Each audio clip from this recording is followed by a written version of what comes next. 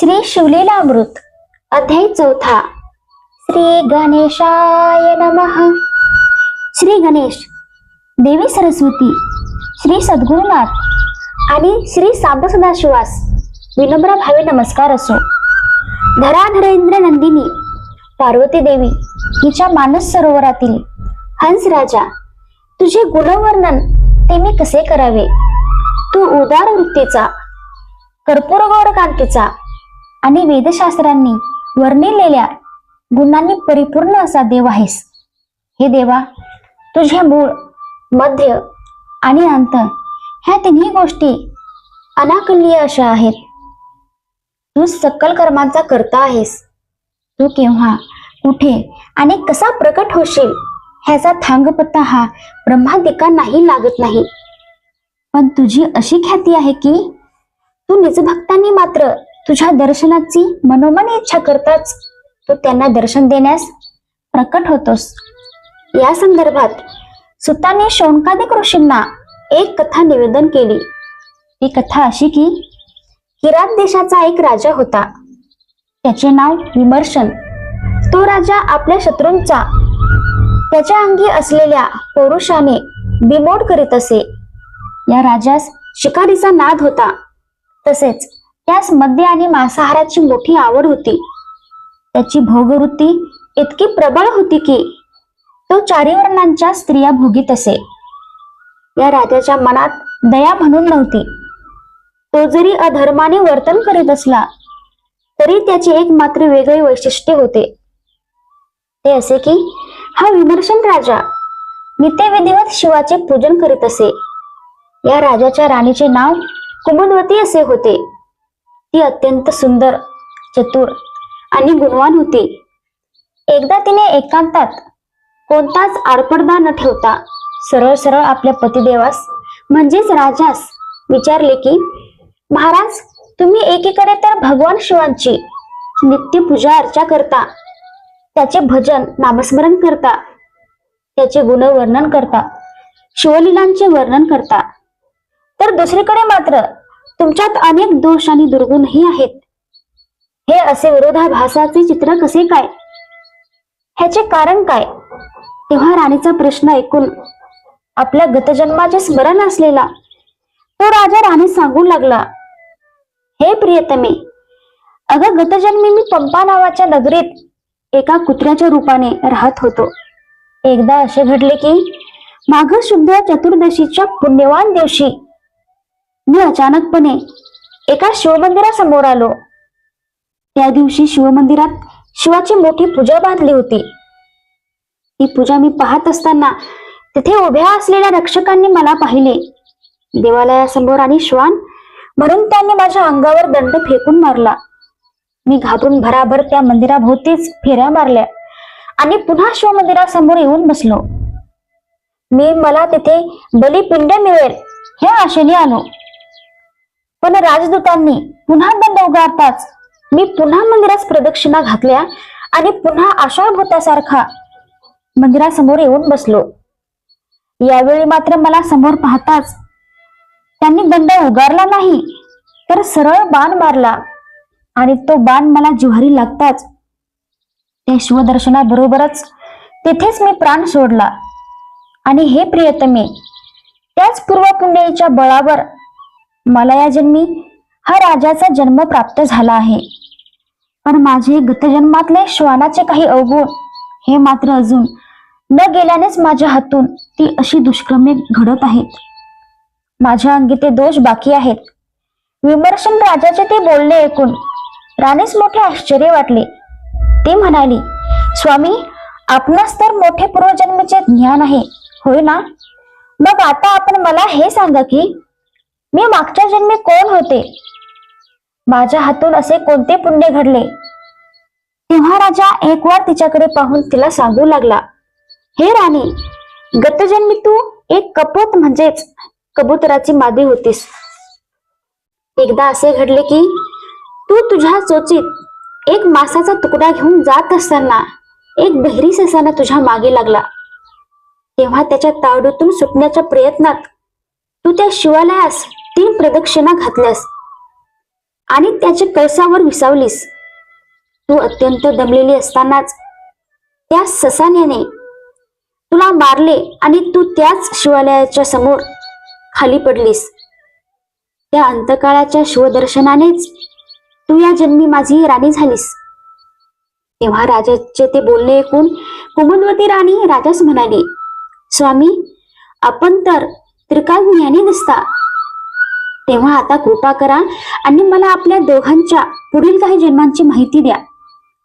तेव्हा तो त्रिकालज्ञानी राजा थोडा भविष्याचा वेध घेऊन तिला सांगू लागला की, हे प्रियतमे, हे चंद्रमुखी, पुढील जन्मी मी सिंधू नगरीचा राजा होणार आहे. त्याच वेळी तू जया नावाची राजकन्या होशील. तुझा आणि माझा विवाह होईल. हे गुणसंपन्ने, तिसऱ्या जन्मात मी सौराष्ट्र देशाचा राजा होईन. त्यावेळी तू कलिंग देशाची राजकन्या म्हणून जन्म घेऊन माझ्याशी विवाह करशील.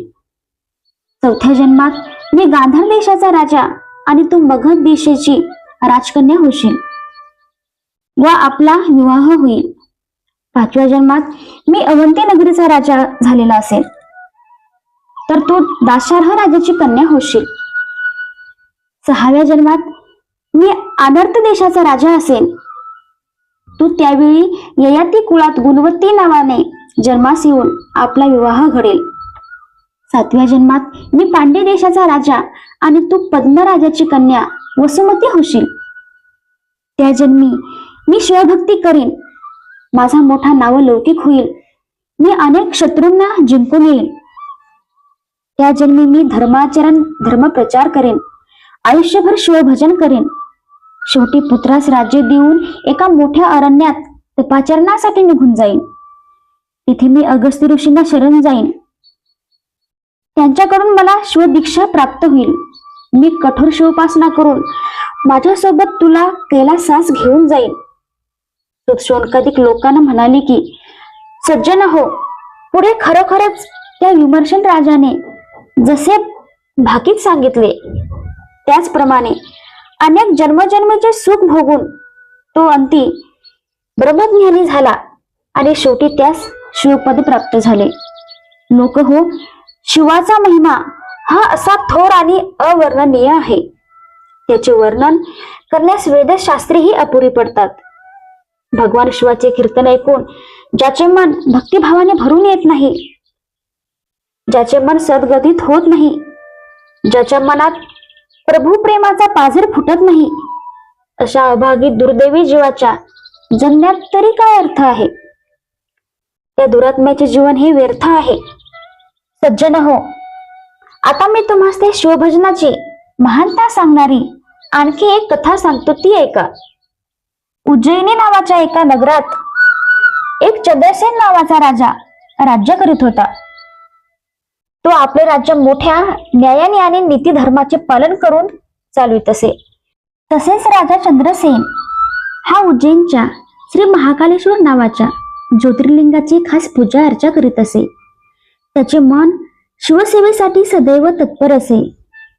या राजाचा मणिभद्र नावाचा एक जिवलग मित्र होता. तो चतुर, शुद्ध, सात्विक आणि पवित्र विचारांचा होता. सर्वज्ञ आणि दयाळू असे सद्गुरू आणि उत्तम मित्र हे मोठ्या भाग्यानेच प्राप्त होतात. तसेच सुंदर आणि पतिव्रता स्त्री लाभणे, मातृपितृ भक्त पुत्र लाभणे, असा खरा विद्वान चतुर्वक्ता लाभणे, ह्यासाठी सुद्धा पदरी विशेष असा पुन्हाईचा ठेवा असावा लागतो. दिव्य हिरा, चांगला परीस, पाणीदार मोती, ज्ञानी पिता आणि विशेष पात्रतेचा सद्गुरू ह्या गोष्टी लाभणे हे अपूर्व आहे. राजा चंद्रसेन आणि तो मणिभद्र हे दोघेही परस्परांचे चांगले सुजान मित्र होते. या मणिभद्र मित्रानेच आपला मित्र राजा चंद्रसेन ह्यास एक अत्यंत दिव्य असा मणी भेट म्हणून दिला होता. त्या मण्याचे असे वैशिष्ट्य होते की त्या मण्याच्या संपर्कात आलेल्या कोणत्याही धातूचे तत्काळ सोने होत असे. तसेच या मण्याच्या प्राप्तीने साप, वाघ आणि चोर ह्यापासून भय राहत नसे. तसेच या मण्याच्या केवळ साध्या दर्शनानेही अनेक व्याधीचे निवारण होत असे. दुर्भाग्य आणि दारिद्र्य ह्याचे निरसन होत असे. ज्या नगरात हा मणी असेल तिथे कधीही दुष्काळ पडत नसे, तर उलट सुखशांती आणि सौख्य नांदत असे. तो दिव्यमणी कंठात बांधल्यावर राजा अत्यंत तेजस्वी दिसत असे आणि रणांगणात सदैव यश लाभत असे. तो कधीही पराभूत होत नसे. जे कोणी चंद्रसेनाचे शत्रू म्हणून येत ते त्याचे मित्रच बनत. त्या मण्यामुळे चंद्रसेन राजाचे वैभव, त्याचा नावलौकिक वाढत होता. तसेच असा हा सद्गुणी, विवेकी, चतुर, पराक्रमी असा हा चंद्रसेन, ह्या सर्व गुणावर कळस म्हणजेच तो एक महान शिवभक्त, शिवोपासक होता. राजा चंद्रसेन म्हणजे जणू काही वैराग्यरूपी सरोवरातला हंस, शांतिरूपी उद्यानातला थोर तपस्वी व ज्ञानामृताची जणू काही एक मोठी वापीच होता. अशा या राजाचे राजवैभव हे दिवस मासाने वाढत असल्याने स्वाभाविकपणेच त्यास कळत नकळत त्याचा द्वेष करणारे शत्रूही निर्माण झाले. त्यांच्यातील प्रत्येक जण हा राजा चंद्रसेनाकडे त्या दिव्यमण्याची सातत्याने मागणी करू लागला आणि राजाच्या नकाराने त्याचे शत्रू वाढू लागले. तो मणी चंद्रसेनाकडून कसा मिळवायचा ह्यासाठी त्यांच्यात जणू स्पर्धा चालू होती. राजा चंद्रसेन हा काही केला तो दिव्यमणी कोणास देण्यास तयार होत नव्हता. त्यामुळे त्याच्या विरोधात अनेक राजेही एकत्र आले. त्यांनी सर्वांनी मिळून एक प्रचंड मोठी अशी सेना तयार केली. त्या शत्रू सैन्याने राजा चंद्रसेनाच्या उज्जैन नगरीस सेनेचा वेढा घातला. कोणाच्या हाती लागू नये म्हणून आता तर त्या राजाने तो दिव्यमणी आपल्याच गळ्यात धारण केला होता. तो विष्णूच्या गळ्यात वैजयंती माळ शोभावी किंवा भगवान शिवाच्या माथ्यावरील चंद्र जसा शोभून दिसावा तसा राजाच्या गळ्यात शोभून दिसत होता. तेव्हा अन्य राजांनी दूतामार्फत चंद्रसेन राजाकडे निरोप पाठवला की, राजन, जर पुढील अनर्थ टाळायचा असेल तर तू तो दिव्यमणी आमच्या स्वाधीन कर. तेव्हा राजा मनोमन विचार करू लागला की, अरे काय हे, या एका मण्यापायी हा केवढा मोठा अनर्थ ओढवला. खरंच एखादी मौल्यवान वस्तू ही अर्थात कारणीभूत ठरते असे म्हणतात ते खरेच. कालपर्यंत जो मणी मला भूषणास्पद होता तोच आज या युद्धास कारणीभूत ठरावा. काय हा अनर्थ. नाहीतरी जगात म्हणतात ते काही खोटे नाही.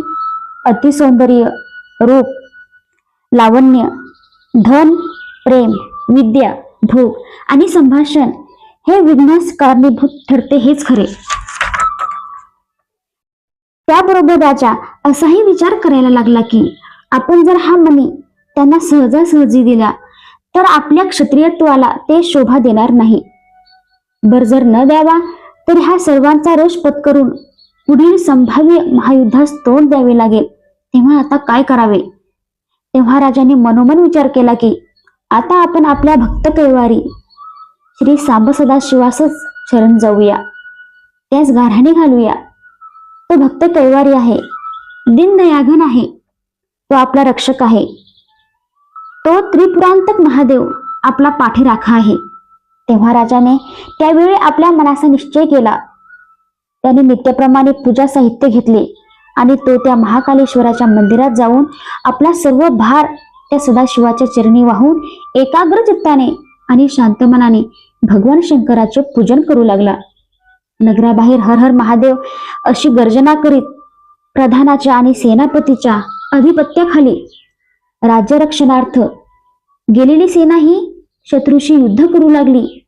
तिकडे परस्परांचा एकमेकावर अस्त्रशस्त्रांचा तुफानी मारा होत असताना इकडे शिवमंदिरात मात्र राजा शांत चित्ताने भगवान शिवाची मनोभावे पूजा करीत होता. त्याचे मानस पूजन, ध्यान आणि स्तोत्र पठण हे अखंड चालू होते. नगराबाहेर रणधुमाळी चालू होती. तर इकडे मंदिरात मात्र राजा चंद्रसेन हा शांत चित्ताने शिवपूजनात मग्न होता. मंदिरात मंगलवाद्य वाजत होती. त्याही संकट काळात ती राजाची शांत चित्ताने चाललेली पूजा नगरजन पाहत होते. त्या नगरवासियांच्या गर्दीत एक गवळण आपल्या मुलास कडीवर घेऊन ती पूजा पाहण्यासाठी तिथे आली. शिवमंदिरातील ते राजाचे एकाग्र चित्ताने चाललेले शिवपूजन हे त्या गवळणीने आणि तिच्या कडेवरील बालकानेही पाहिले. मग ती गवळण आपल्या घरी परतली. तिने आपल्या कडेवरील बालकास खाली उतरवले आणि ती तिच्या नित्याच्या घरकामासाठी घरात निघून गेली. तेव्हा तो मुलगा घराशेजारच्या एका गवताच्या खोपटात जाऊन बसला. त्याने एक शिवलिंगाकार दगड सापडताच त्याचीच मातीच्याच वेदिकेवर शिवलिंग म्हणून स्थापना केली. त्या मुलाजवळ अन्य काहीच नव्हते. तेव्हा त्याने छोटे छोटे मातीचे खडे जमवले आणि तीच त्याची पूजा सामग्री असे कल्पून तो त्याने राजाप्रमाणे शिवपूजन करू लागला. मातीच्याच वस्तू देवास अर्पण करू लागला. त्याने राजाला जशी पूजा करताना पाहिले होते तसा हा बालक ती पूजा करू लागला. त्या पदार्थांच्या जागी माती आणि खडेच ते पदार्थ मानून शंकरास अर्पण करू लागला. त्याने राजाप्रमाणेच धूप, दीप, नैवेद्य इत्यादी गोष्टी केल्या. मोठ्या भक्तिभावाने त्या बालकाने कोवळे गवत आणि वासहीन फुले देवास वाहिली. त्याला मंत्र तर येत नव्हतेच. तो फक्त देवाचे नाव घेऊन साऱ्या मातीच्याच वस्तू पण भक्तिभावाने देवास वाहत होता. त्याच्याजवळ तर कोणतीच सुवासिक सुगंधी द्रव्ये नव्हती. तो देवावर अग्नातली मातीच उधळत होता आणि मातीचीच पुष्पांजली देवाच्या चरणावर अर्पण करीत होता. अशा प्रकारे मातीच्या शिवलिंगाची मातीनेच पूजा करून तो बालभक्त डोळे मिटून शंकराचे ध्यान करू लागला. तिकडे त्याच्या आईने स्वयंपाक तयार केला आणि ती तेच जेवायला ये म्हणून हाका मारू लागली. पण तिच्या हाकेस मात्र त्याच्याकडून उत्तर येत नव्हते. तेव्हा हा बाहेर काय करतोय म्हणून तिने बाहेर येऊन पाहिले तर हा पोर पार ध्यानात रमलेला. त्याच्या समोर ती मातीची पूजा. ती त्यास म्हणाली, अरे तू हे काय मानले आहेस? चल चटकन जेवून घे. परंतु त्याच्याकडून मात्र कोणताच प्रतिसाद मिळत नाही म्हटल्यावर तिला त्याचा राग आला. तिने एकदा त्याच्याकडे आणि त्याच्या पूजेकडे पाहिले आणि रागारागाने त्याची ती पूजा मोडून टाकली, उधळून टाकली. चल जेवायला असे म्हणून ती त्यास हाताला धरून ओढत नेत असताना त्या बालकाने ती आपली मोडलेली, उधळून टाकलेली पूजा पाहिली. देवा, हाय रे शिवा असे म्हणून तो छाती बडवून रडू लागला, दुःख करू लागला. त्या दुःखाने त्याला मूर्छा आली. देवा, तुझी पूजा मोडली, आता मी पण माझे प्राण देतो असे तो म्हणू लागला. त्या बालकास तसा स्थिती सोडून त्याची आई घरात गेली, जेवली आणि चटईवर फाटके पांघरून घेऊन झोपली. तिकडे आपली शिवपूजा उधळली म्हणून व्यथित झालेला तो बाळ शोक करीत असताना, तो रडून मूर्छित होऊन पडलेला असताना त्या बालभक्ताच्या मानसपूजेने संतुष्ट झालेल्या शंकराने एक अद्भुत असे नवल केले. त्यांनी जिथे त्यांचे गवताचे खोपटे होते तिथे एक दिव्य रत्नजडीत अशा शिवमंदिराची उभारणी केली. त्या मंदिरास हिऱ्याचे खांब आणि नाना रत्नांनी मढलेला असा कळस होता. त्या रत्नजडीत 4 दरवाजे असलेल्या सुंदर शिवमंदिरातील शिवलिंग ही मोठी सुंदर असे होते. त्याचे तेज सर्वत्र पसरले होते. देवांनी त्यास हाक मारून जागे केले. त्याने समोर पाहिले तो काय भव्य शिवमंदिर आणि आत राजोपचाराप्रमाणे सर्व पूजा साहित्याची तयारी. ते पाहून तो बालक अत्यानंदाने नाचू लागला. त्या गोपपुत्राने त्या सर्व साहित्याने राजाप्रमाणेच भगवान शिवाची यथासांग भक्तिभावाने पूजा केली. तो शिवनामाच्या गजरात आनंदाने नाचू लागला. तेव्हा भगवान शंकर हे त्यास दर्शन देत म्हणाले, बाळा, अरे तुझ्या भक्तिभावाने केलेल्या पूजेने मी तुझ्यावर अति प्रसन्न झालो आहे. तुला काय हवा तो वर माग. तेव्हा तो बालक देवास हात जोडून म्हणाला, हे भोलेनाथ, माझ्या मातेने तुझी पूजा उधळून टाकली. तिच्या या अपराधाबद्दल तू तिला क्षमा कर. तिचा अपराध पोटी घाल. तिच्यावर दया कर. तेव्हा त्या बालकाची ती विनवणी ऐकून देव त्यास ठीक आहे असे म्हणाले. देवा, तुझ्या दर्शनासाठी मी आईला घेऊन येतो असे म्हणून तो आपल्या घरात गेला तर काय, ते घरही भव्य वास्तूत परिवर्तित झालेले आणि आपली माता एका मंचकावर पहुडलेली त्याने पाहिली. तिचे रूपही पूर्ण पालटून गेले होते. ती वस्त्रालंकाराने नटलेली होती. तिने नाना अलंकार आभूषणे धारण केली होती. तेव्हा त्या बालकाने मातीस जागे केले आणि शिवदर्शनास चल असे म्हणून तिला उठवले. तेव्हा ती त्या सगळ्या चमत्काराकडे विस्मित होऊन पाहू लागली. तिने मोठ्या कौतुकाने आपल्या बालकास पोटाशी धरले आणि ती लगबगीने शिवमंदिरात देवदर्शनास आली. हात जोडून आपल्या अपराधाची क्षमा मागत ती म्हणाली, हे भोलेनाथा, खरंच तू धन्य आहेस. तुझी भक्ती करणारा हा माझा बाळही धन्य आहे. त्यानंतर ती गवळण धावत धावत चंद्रसेन राजाकडे गेली. तिने राजास सारा वृत्तांत सांगितला. तेव्हा शिवभक्त राजा चंद्रसेन धावतच तिथे आला. ते मंदिर, ते शिवलिंग पाहून राजाने त्या बालकाचे पाय धरले. त्या बालकाच्या भक्तीने प्रसन्न झालेल्या महादेवानी घडविलेला तो चमत्कार पाहून राजा विस्मित झाला. ही वार्ता तोवर नगरात पोहोचताच नगरजनांचे लोंढे ते मंदिर, तो चमत्कार पाहायला तिथे गोळा होऊ लागले. नगरातील एका बालभक्तास भगवान शिव प्रसन्न झाल्याची, तो चमत्कार घडल्याची वार्ता नगराबाहेरही पसरली. असंख्य लोक त्या नगरीतला तो दिव्य चमत्कार पाहायला धाव घेऊ लागली. ही वार्ता जेव्हा बाहेरच्या शत्रू राजांच्या कानावर गेली तेव्हा त्यांनाही मोठे आश्चर्य वाटले. ते राजाच्या शिवभक्तीची प्रशंसा करू लागले. हे राजा, तू धन्य आहेस. भगवान शिव तुझ्यावर प्रसन्न आहेत. इतकेच नाही तर आम्ही ते मंदिर, ते शिवलिंग आणि त्या बालभक्तास पाहू इच्छितो. परवानगी असावी अशी चंद्रसेन राजास त्यांनी विनंती केली. तेव्हा चंद्रसेन राजास मोठा आनंद झाला. तो स्वतः नगराबाहेर गेला आणि आपल्या शत्रू राजांना मित्र बनवून त्यांना ते मंदिर पाहायला घेऊन आला. अवंती नगरीची ती सुंदर रचना पाहून सर्व राजांचे डोळे दिपले. सप्तमोक्षपुरातील प्रसिद्ध असलेल्या त्या नगरीचे नाव म्हणजेच उज्जयिनी. ते भव्य दिव्य मंदिर, त्यातील शिवलिंग हे पाहून सर्व राजांना मोठा आनंद झाला. त्यांनी तिथे नतमस्तक होत दर्शन घेतले. तसेच जन त्या बालभक्तासही मोठ्या आदराने भेटू लागले. सर्वांनी त्याचे आणि त्याच्या शिवभक्तीचे कौतुक केले. तेव्हा ते म्हणाले, हे राजा, खरेच हा बालक धन्य आहे. त्याच्या भक्तिस्तव देव प्रसन्न झाले. त्यांनी हे मंदिर आणि हा प्रसाद घडविला. खरंच तुम्ही दोघेही धन्य आहात. अशा राजाचे कोणी शत्रू का होतील? ते तर त्याचे मित्रच होतील. राजा, तुझ्यासारख्याच्या घरी तर सिद्धीही दासी होतील. तुझ्या दारात कल्पवृक्ष उगवतील आणि तुला हवेत ती प्राप्त होईल. अरे, त्या शिवकृपेने काय होणार नाही. मुका बोलू लागेल, अडाणी पंडित होईल. जो जन्मांध आहे तो रत्नपारखी होईल. मूढ विद्वान वक्ता होईल. शिवकृपेने हे सर्व काही होईल. जो रंक आहे त्याचा भाग्योदय होईल. कोणतेही सायास न करताही शिवकृपेने त्यास चिंतामणी लाभेल. अवघ्या त्रिभुवनात अशा शिवभक्तांची कीर्ती दुमदुमेल. भूलोकीचे सर्व राजे त्यास वश होतील. अशा भाग्यवंतास तो खणू जाईल. तिथे द्रव्याचे साठे हाती लागतील. त्यास विशेष अभ्यास न करता अल्प प्रयत्नातच वेदांचा अर्थ ज्ञात होईल. त्यास प्रत्यक्ष उमामहेश्वरांचे दर्शन भेट घडेल.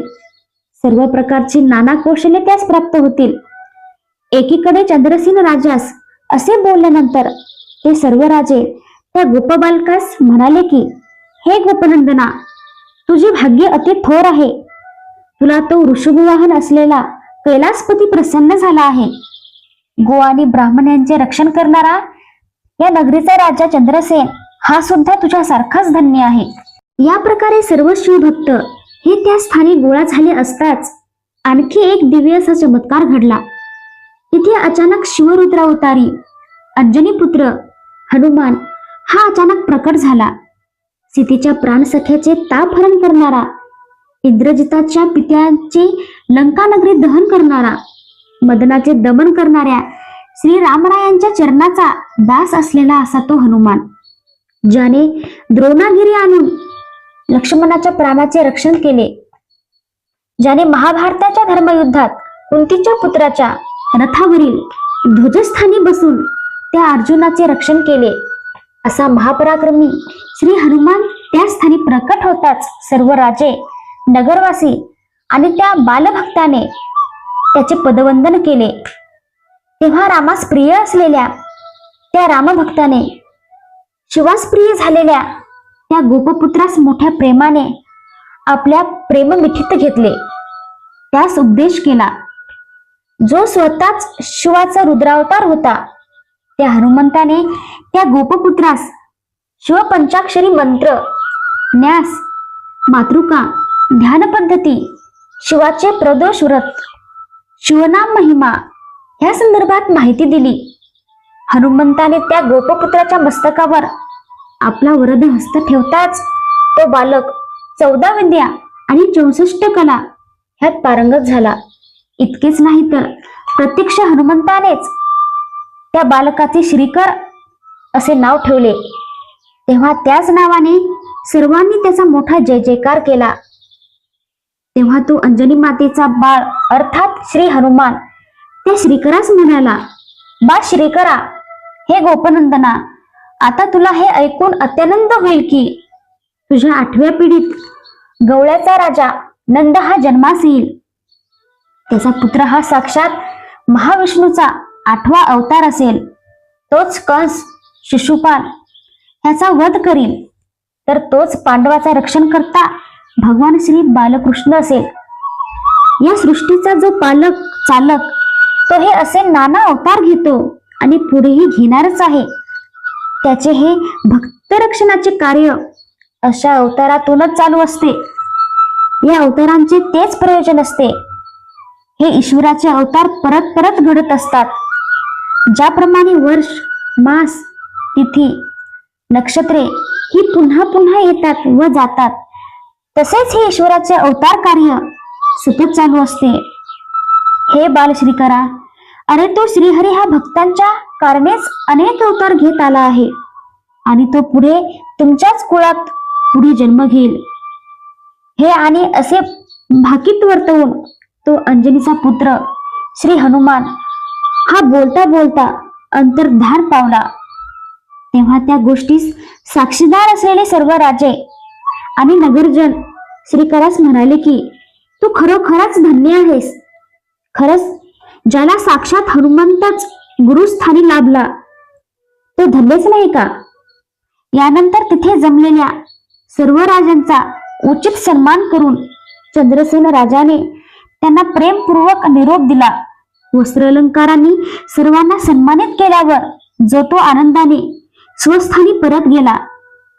त्यानंतर त्या श्रीकराने आणि राजा चंद्रसेनाने भगवान शिवाच्या कृपाप्रसादासाठी सोमवार प्रदोष व्रताचे आचरण चालू केले.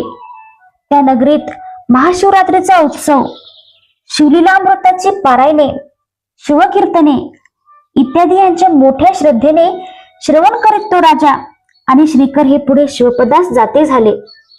या अध्यायाचे पठन केले असता संतती, संपत्ती यांचे वृद्धी होते. अशा शिवभक्तांचे मन शिव आराधनेत तल्लीन होते. त्यास कशाचेच भय राहत नाही.